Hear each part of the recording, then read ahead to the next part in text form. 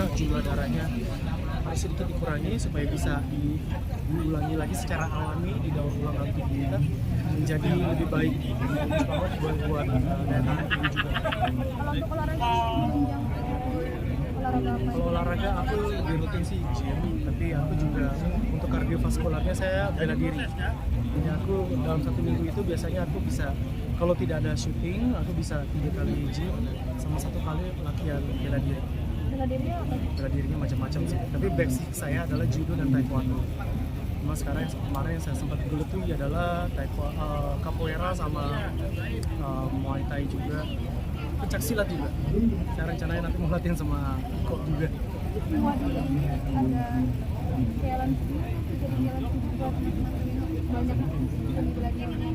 Challenge-nya di sini adalah aku sih berusaha mengkerucut aja sih. Aku pengen mau naikin lagi film action Indonesia, biar punya film Indonesia lebih berwarna. Jadi ada beberapa proyek yang memang sedang disiapkan dan saya juga turut terlibat di belakangnya juga. Makanya saya juga secara fisik memang harus siap. Jadi bukan cuma fitness aja, bukan cuma menjaga pola hidup sehat, tapi juga sering juga latihan bela diri agar otot tetap mobilitasnya tetap baik, fleksibilitasnya juga dijaga. Untuk makanan ada pantangan, ada yang nggak harus makan, ada harus makan ini. Makanan sih standar ya, kalau pada tahu mungkin ya apa yang harus dihindari, seperti goreng-gorengan atau yang dimasak berulang kali. Terus kemudian juga kadar gula itu salah satu unsur bukan sumber makanan lagi sih ya, itu sebenarnya hanya penyedap aja yang berbahaya. Jadi kalau bisa jangan makan gula dan ya itulah, istirahat cukup dan mengkondisikan stres. Itu stres sekarang bahaya karena bisa trigger segala jenis penyakit. Nah Mas, mana ya? Iya tadi kan nyebut selain di depan layar juga berkecimpung di belakang layar. Ya. Mungkin nyaman mana nih ketika acting atau lebih mengantor di belakang layar? Kalau saya lihat sih lebih kepuasan moral ya. Bisa kita menyiapkan. Kalau zaman dulu kan saya hanya ditugaskan jadi berakting aja gitu. Berakting aja kan. Kalau sekarang bagaimana sih menyiapkan packaging yang baik untuk sebuah produk gitu ya, atau IP. Jadi pengen tahu gimana di belakangnya, dan kebetulan memang esensinya karena saya suka film yang ada nuansa actionnya, jadi saya lebih passionnya lebih besar. Tapi sejauh ini suka dukanya atau kesan-kesannya seperti apa ketika berkecimpung di balik layar? Di balik layar tantangannya sih macam-macam karena harus berjuang untuk mengangkat produk kita sih. Jadi gimana misalnya kita ketemu investor ya kan, bagaimana kita harus meyakinkan mereka bahwa nih produk kita nih bagus dan one day pasti bisa box office gitu. Motivasinya harus begitu. Entah urusannya nanti beneran box office atau enggak kan itu urusan nanti. Tapi yang pasti kita harus punya tanggung jawab meyakinkan mereka. That's why makanya persiapan teknisnya juga harus turun langsung. Jadi nggak bisa kita, oke lu kerjaan ini ya, lu kerjaan itu. Tapi kita juga harus monitoring masing-masing divisi itu agar benar jalan gitu. Selain mungkin sharing dengan filmmaker, Bang Marcelino ini juga nggak sih maksudnya nyari referensi dari luar juga gitu? Luar negeri maksudnya? Ada pastinya sih ya. Cuma karena mereka ruang lingkupnya lebih luas, internasional, mungkin challenge-nya lebih beda. Kalau di Indonesia kan lebih distribusinya akan lebih berbeda, dan segmentasinya dan juga penonton kita, seleranya itu agak lebih multidimensi ya. Jadi ya kita mencoba aja. Walaupun tantangan seberat apapun, pasti kita akan tidak akan menurunkan semangat kita. Mungkin sebagai tabungan juga untuk anak-anak ketika multiple pekerjaan di depan layar dan di belakang layar. Nah itu juga sih. Kebetulan karena waktu lalu kan sempat vakum lama kan ya, karena anak-anak masih kecil, jadi saya ngurusin anak-anak. Nah sekarang nih anak-anak udah gede, udah berani ditinggal, jadi sekarang saya mau lebih aktif lagi, kerja lagi untuk supaya mengejar ketinggalan kemarin. Karena ini aku lagi ada beberapa target yang aku pengen capai. Salah satunya ya di dunia film aku pengen balikin lagi, mau membuat beberapa series atau mungkin film layar lebar action. Tapi anak-anak sendiri mungkin sudah ada terlihat bakatnya seperti ayahnya atau seperti apa? Atau punya jalur sendiri gitu? Mereka sih di bidang art tinggi, tapi mereka pasti punya kesenangannya sendiri ya. Jadi aku sih biasanya udah nggak apa-apa. Kayak kakaknya nih yang cewek sekarang tiba-tiba mau pengen jadi atlet judo ya kan. Kan mirip saya dulu kan juga waktu remaja umur 13 sampai 17 tahun aku kan atlet judo kan dulu. Jadi ya udah nggak apa-apa, support aja apa yang dia mau. Kalau dia mau latihan yang lain, misalnya mau latihan wushu atau taekwondo atau mau pencak silat, ya nggak apa-apa. Nah kebetulan juga kan di dunia film kita udah kenal banyak teman-teman dari berbagai cabang olahraga juga.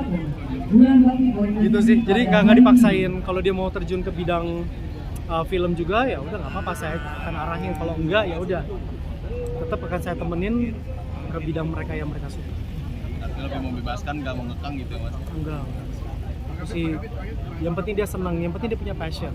Karena kalau kita bekerja tapi kita nggak suka, stres. Tapi kalau kita bekerja kita suka, itu passion kan. Tapi mendidik anak yang beranjak remaja nih, apalagi perempuan, ada perempuan kan ya? Nah itu Challenge-nya gimana? buat Sulit nggak sih maksudnya dengan Challenge sih pergaulan? luar biasa, luar biasa. Aku belajar gimana ngurus anak cewek terus anak cowok beda. Jadi treatmentnya yang penting sekali di sini adalah kita tetap membangun kedekatan. Itu sih yang paling umum ya, mau anak cowok anak cewek tetap kita harus dekat sama mereka. Dan kita open minded, kita harus merangkul mereka seperti teman. Mungkin waktu mereka lebih kecil kita jadi kayak bapak ya atau ibu. Kalau saya kadang-kadang berperan jadi bapak dan ibu juga. Jadi pada saat mereka pengen ngobrol, saya jadi teman. Jadi saya dengerin apa sih, apalagi ini anak cewek, anak perempuan itu kan mau didengarkan. Jadi karena dia anak perempuan, aku pengen denger dia ngomongnya apa. Nah, I'm not trying to fix it. Aku nggak berusaha cari solusi. Aku biasanya, kalau menurut kamu apa? Ya udah, apa sih setuju. Tapi jangan begini. Kalau misalnya kamu pengen begini, kenapa? Saya biasanya suka nanya lagi.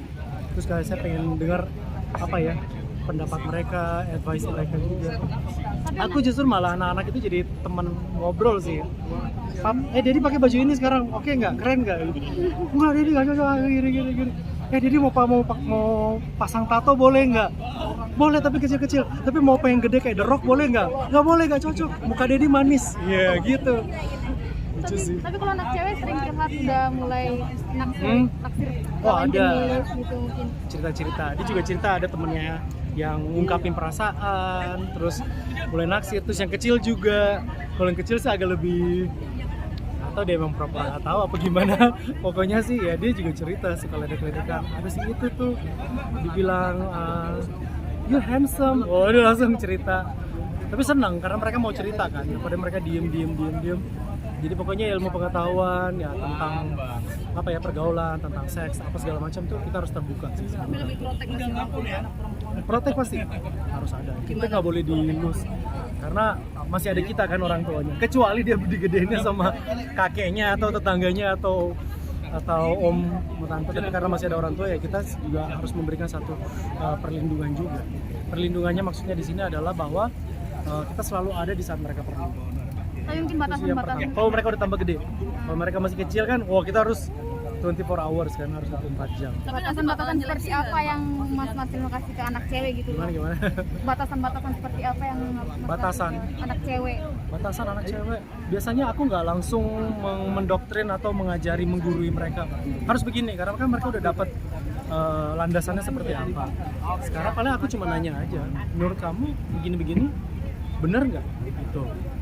Itu dengar dulu jawabannya. Responnya mereka kan akan tercermin dari kata-kata yang mereka sampaikan kan.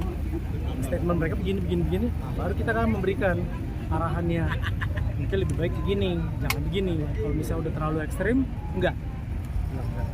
Karena bagaimanapun juga orang tua kan harus punya apa namanya apa istilah wibawa. Jadi Gitu. bukan hanya ditakuti tapi disegani ya. Kalau saya sih jangan sampai ditakutin sih ya. Kalau mau disegenin. Kalau ditakuti kasihan. Disegenin jadi maksudnya dia tetap pada saat kita juga sedih, kita perlu pelukan mereka juga. Dan itu sering aku alamin sih. Aku lagi diem, kayaknya mereka tahu. Dia sensing aku lagi stres, aku capek atau gimana, aku sedih. Tiba-tiba dipeluk dari belakang. Jadi ya berarti aku sukses berarti kemarin ngarahin mereka. Karena hal yang paling aku takut adalah anak jadi takut sama bapak. Itu jangan sampai. Tapi kalau update sedikit dong Bang. Aku mau donor loh. Udah udah anak-anak ini udah dikenalin dengan kamu. Hah? Udah dikenal belum sih sama Oh udah diceritain. Tapi gitu. udah itu belum, maksudnya udah ada rencana kapan gitu mungkin. atau masih dijalanin aja kak? Masih dijalani masih karena masih seneng kesibukan karena kan dia ada merintis karir, ada bisnis dia. Aku juga udah mulai ya. Terus aku juga sekarang lagi mau coba producing juga kan sama siapin film action. Tapi ada Tapi rencana reaksi mungkin anak-anak tahun seperti apa mas? Doain aja. Reaksi Aku belum anak-anak tahu sih. menerima Tapi udah diomongin menerima Kavio. Oh kita ke arah sana yang lebih serius udah diomongin sih. Reaksi Jadi anak-anak. impactnya tinggal kita lihat perjalanan gimana kita ngebentuk. rencana Eh, tahun ini apa tahun depan? ke arah target tahun serem. Aku aja bisa 6 tahun jomblo aja gak ada direncanain. Tapi lebih selektif nggak sih, maksudnya Hah? lebih ngelihat lagi apa gimana? Apa udah mantep kak sama Oh, Kavio? harus. Sejauh ini sudah Ya termasuk pokoknya tetap kriteria? harus banyak hal yang harus dipelajari. Kan aku selalu ngomong belajar terus kan. Belajar ngurus anak, belajar membangun hubungan dengan lawan jenis. Oh, Oke. Thank you mas. Terima kasih kak.